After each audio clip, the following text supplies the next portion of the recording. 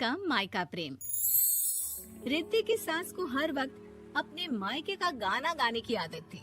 अरे बस करना माँ, मामा का ये किस्सा तो 50 बार पहले भी सुना चुकी है।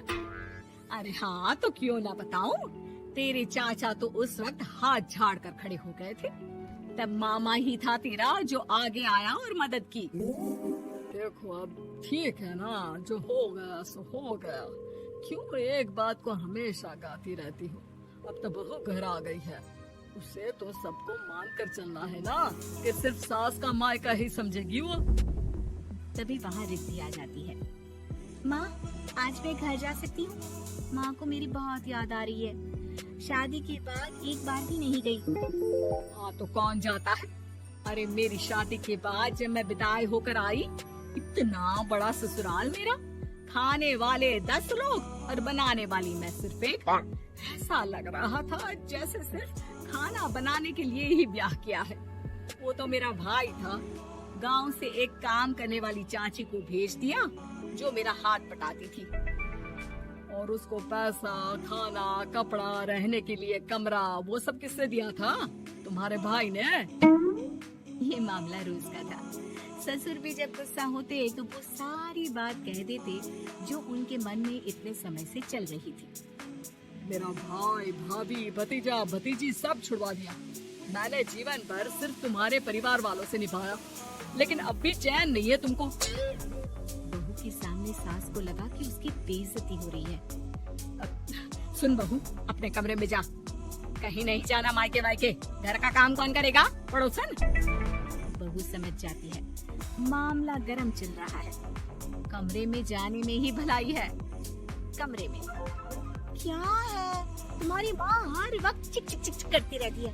कल ताई मिली थी तुम्हारी मुझे, लेकिन मजाल है सासू माँ की उन्होंने एक बुराई की हो, लेकिन सासू माँ हाँ, जब देखो तब ससुराल के लोगों की बुराई करती रहती है। बेचारे पापा जी कितना मिस करते हैं अपने घर वालों को। मेरा तो बड़ा मन करता है कि ताऊ जी, चाचा जी और सब मिलकर रहे। ना साथ रहे लेकिन आना जाना तो ठीक से रखिए। हिंदुस्तान और पाकिस्तान एक हो सकता है, लेकिन चाचा और ताऊ के परिवार के साथ हम लोगों का मिलन ना जी ना कभी नहीं हो सकता। ये बात है। देखिए मेरे साथ ना ज्यादा चैलेंज मत करिएगा। ऐसा कोई काम नहीं है जो मैं नहीं कर सकती। ससुर जी जो कि बहू की बात सुन रहे थे सामने आ जाते हैं। अरे बेटा, तू ये कर सकती है तो प्लीज मेरा परिवार किसी तरह मुझसे मिलवा दे। सारी जवानी तो मैंने किसी तरह काट ली, लेकिन जीवन के इस पड़ाव पर बहुत याद आती है मेरे परिवार की। हाँ हाँ पिताजी, आप चिंता मत करिए। बस मेरा साथ देते रहिए आप दोनों। फिर देखिए कैसे माँ जी भी ठीक हो जाएंगी और पूरा परिवार भी एक हो जाएगा। थोड़ी देर बाद बहू सामान लेकर घर से निकल रही होती है कि मना किया था ना तुझे मायके जाने के लिए, फिर क्यों जा रही है? बहू कुछ कहती इससे पहले ही बेटा बोलने लगता है। क्या है माँ, वो घर जा रही है। वैसे भी उसके माता पिता ने मुझे 10 लाख दिए तब जाकर मेरा काम शुरू हो पाया, वरना तूने मेरे लिए किया क्या है? अरे वाह बेटा, बचपन से पढ़ाया लिखाया, तेरे दुख दर्द में जगी, और आज वो लोग तुझे सही लग रहे हैं। और फिर ससुराल में लड़की खुश रहे, ये तो मायके वालों की जीवन भर की जिम्मेदारी रहती है। तो ये तुमको भी तो सोचना था ना। ताऊ जी ने पापा को पढ़ाया लिखाया, जब तुम नहीं आई थी तो पापा के लिए ताई जी ने पापा की माँ की तरह देखभाल की। अब बोलिए। अरे तू कुछ नहीं जानता बेटा, तेरे पापा को सब पता है, तभी वो उन लोगों से वास्ता नहीं रखते। मैं उन लोगों को जानता हूँ, लेकिन मैं तुम्हें नहीं जानता। कि तुम्हारे मन के लायक काम नहीं हुआ तो तुम घर की शांति बर्बाद कर दोगी। सास जोर जोर से चिल्लाने लगती है। तभी वहाँ सास का भाई आ जाता है। अरे क्यों आप लोग मेरी बहन को परेशान करते रहते हैं? पहले ये जीजा कम थे, जब बहू भी आ गई। बहन, मैंने तो 30 साल पहले ही बोला था, अपना हिस्सा ले और छोड़ इन लोगों को, चल अपने साथ। बहू समझ जाती है कि मामा ससुर की नजर किस पर है।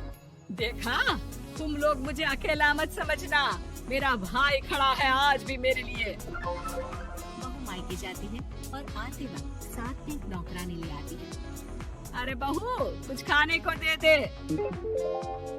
अरे आंटी, क्यों भाभी को परेशान करती रहती हो?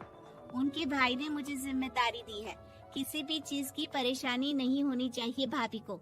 जो चाहिए मुझे बोलने का। आय हाय, बहू के मायके वालों का इतना दखल।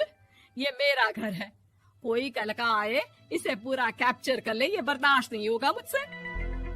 क्या हो गया सासू माँ, क्यों सुबह सुबह चिल्ला रही हैं? चमेली, ओ चमेली, क्या कहा था मेरे भाई ने तुझे? अरे दीदी बहुत तेज है आपकी सासू माँ। मैंने तो बोला कुछ चाहिए तो मांग लो मुझसे। अरे निकल यहाँ से, घर को रेलवे स्टेशन बना रखा है, जो देखो वो घुमा जा रहा है यहाँ से वहाँ।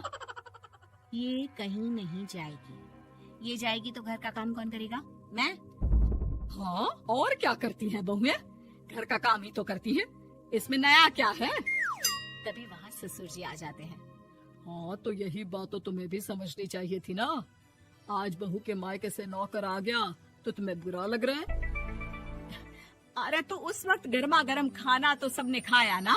ऐसा तो नहीं है कि मेरे मायके का नौकर था तो सिर्फ मेरे लिए बनाता था। अरे निकालो इसे, फिलहाल बाद में बात करती हूँ। सास का गुस्सा जोर से नौकरानी पर फूटता है। तभी वहाँ बेटा सामान के साथ आकर खड़ा हो जाता है। चलो रिद्धी, तुम ठीक बोलती हो। मेरी माँ को तो हम लोगों की कोई फिक्र है ही नहीं, ये तो सारा दिन सिर्फ अपने बारे में सोचती है। और देखिए, मैं अब से कह रही हूँ कि अब से इस घर की तरफ आपको देखना भी नहीं है। नहीं आना आज के बाद इन लोगों से मिलने। हाँ हाँ, बस कभी कभी दिन में 2 बार मिलने आ जाओ। नहीं, बिल्कुल नहीं। ससुर झूठा नाटक करते हुए। मेरी बीवी ने मुझे मेरे ही परिवार से दूर कर दिया, आज बहू मेरा इकलौता बेटा दूर कर रही है। हाय, कैसे जीऊंगा मैं? वाह, वो भाई जो आपको बेटे की तरह मानता था, उन्हें छोड़ने में तो दुख नहीं हुआ। आज खुद का बेटा छोड़कर जा रहा है तो कैसे जीऊंगा? बढ़िया है। अब सास समझ चुकी थी कि उससे गलती क्या हुई है।